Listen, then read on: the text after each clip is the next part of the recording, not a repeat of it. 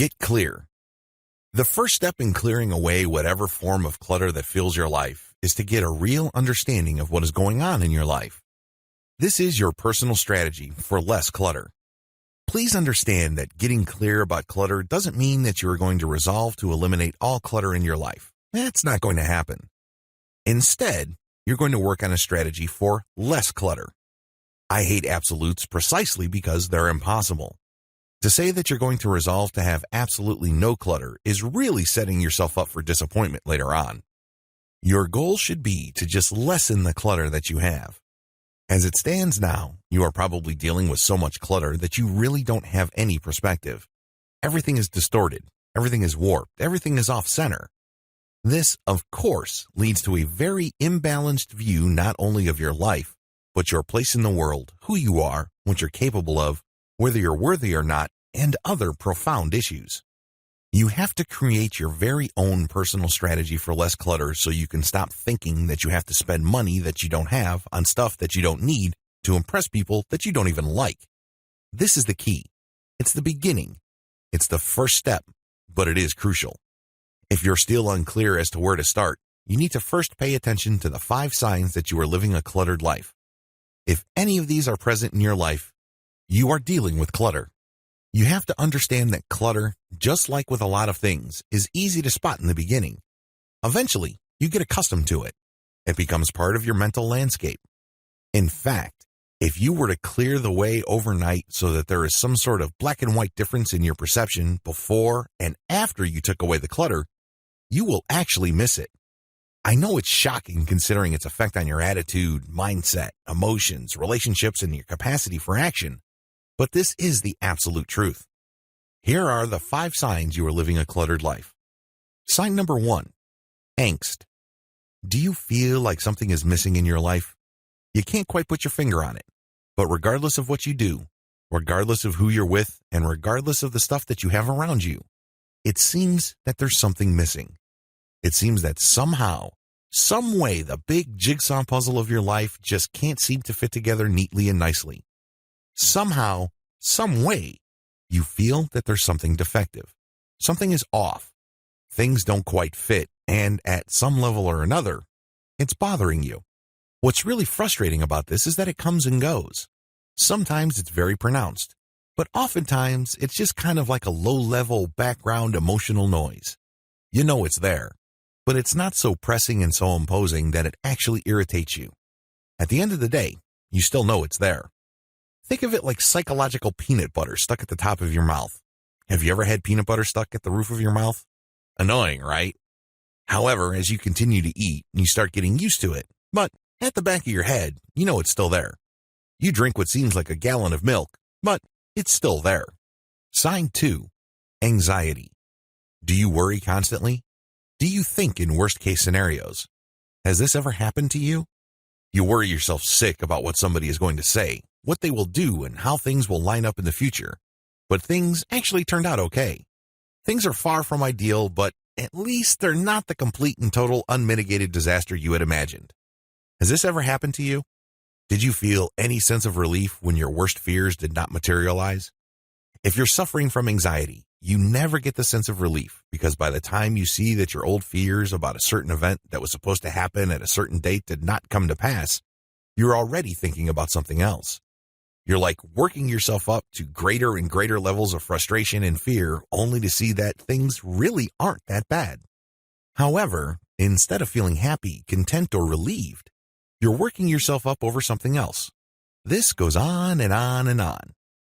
It's as if you have this sword that's right on top of your head, and at any given time, it will fall, and you're just going to get hurt really badly. You don't know when. You can't even picture how it will play out yet. For some reason or another, you feel that you're going to suffer some sort of loss or some sort of harm. Right before you're about to burn out, things clear up, but by that point, you're worried about something else. In fact, in certain situations, you suffer so much anxiety that you physically get sick. Maybe you rock yourself for comfort, or you engage in some sort of personal ritual to center your mind or trigger some sort of emotional calm. Sign number 3, you need more. Have you ever wondered about stuff that makes you happy? There are things in your life now that make you happy at some level or other. Have you ever wondered that if you were to get more of that stuff, you will be happier? A lot of people think along these lines. A lot of people think that if they just have the right car, live in the right part of town, live in a big enough house, move around in the right social circles, then they will have everything they need. Sure enough, through enough planning, they're able to get stuff. However, their enjoyment and personal joy lasts a very short time. Soon enough, they're back to where they began, and they need more and more and more. There's actual psychological science to this. According to a fairly recent study, money does make people happy. I know that's not politically correct. You're not supposed to say that. However, it's actually scientifically proven. Yes, when you buy stuff, it makes you happy.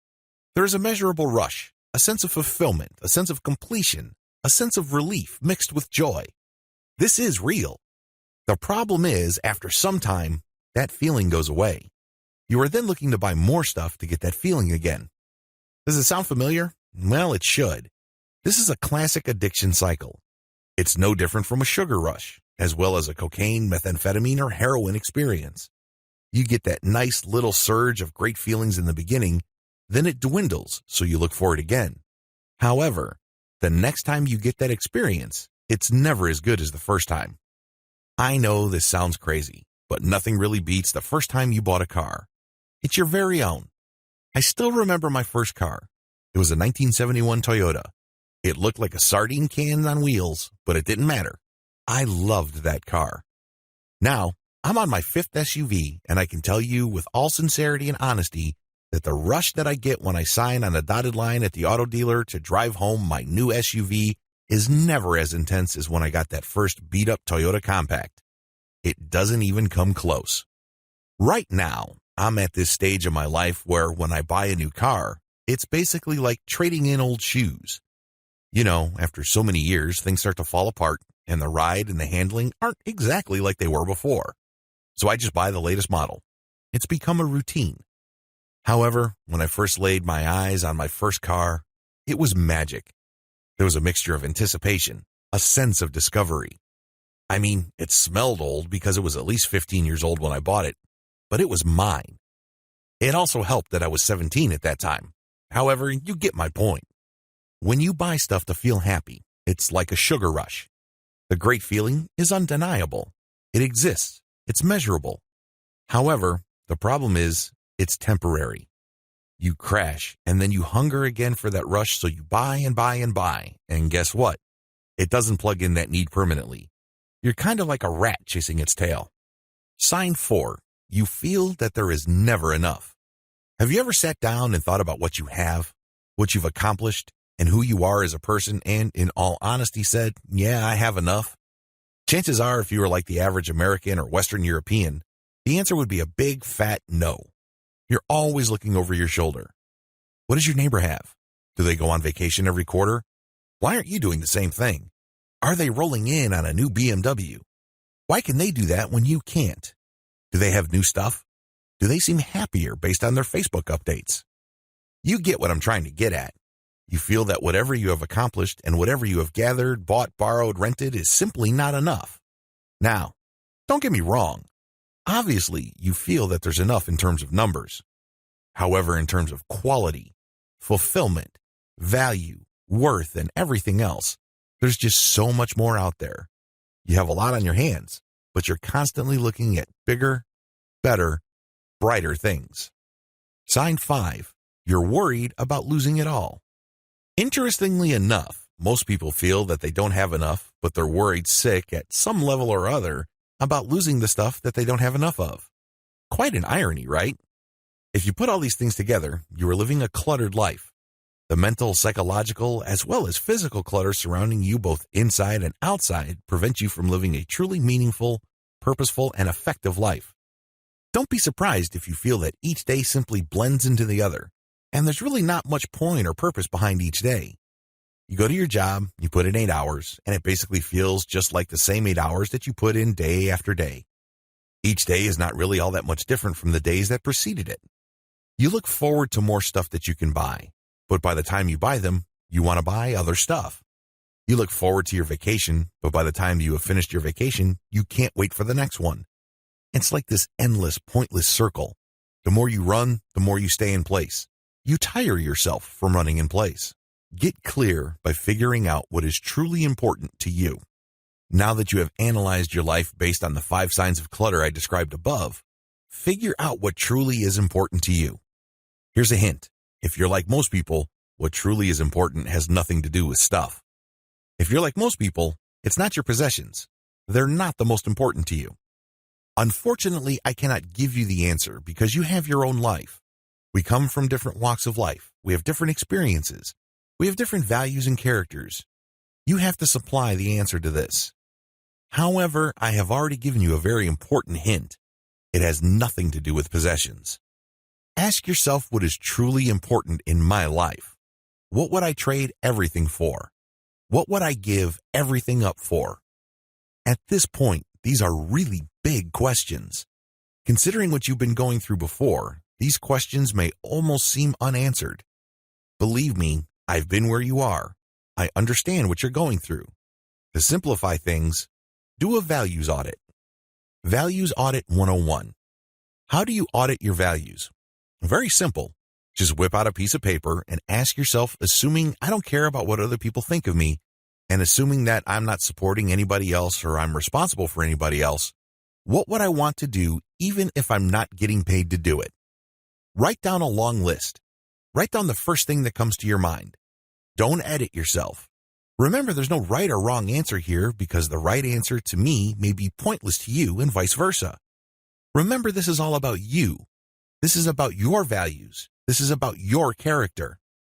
Don't worry about people thinking that you may be shallow or your values are too weird or you're stupid. Forget about that. Focus on what's real. Honestly list down the things that really drive you. These are your values. At some level or another, they inform your life to the extent that you wake up every day and go through your day because you are informed by these values. Without these values, you won't get that energy. You won't get that motivation. It would be too easy to just stay in bed because whatever you do in life really wouldn't matter because there's nothing driving you. That's what I'm trying to discover. That's what I want you to remind yourself of. So, do a values audit. Here's the trick. List down everything. Be completely honest with yourself. Even if you know it's negative, even if you think it's embarrassing or it somehow puts you in a negative light, write it down. List it out. Don't edit yourself. Do a values detox. Now that you have listed down the stuff that's important to you, ask yourself, is this important to you because it really gives you meaning? Does it give you purpose to your life? Does it make life worth living? Does it trigger your sense of adventure? Does it engage your powers of imagination? Alternatively, do you prize something because that's what you're supposed to like? Have your parents been telling you since you were a little kid that you're supposed to be a certain way? That you're supposed to desire certain things and that you're supposed to look at life from a certain vantage point? Do you hang around certain people who look at the world from a particular perspective? And do you see that in your values? Filter your values based on what you personally chose and external considerations.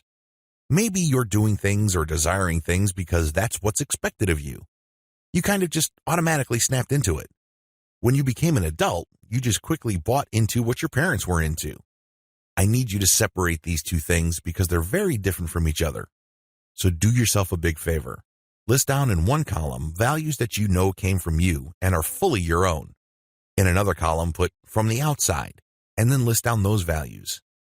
This is how you detox because we're going to focus on your own values. You are going to try to get out from under values imposed on you or things you absorbed from other people. This is the first step of decluttering.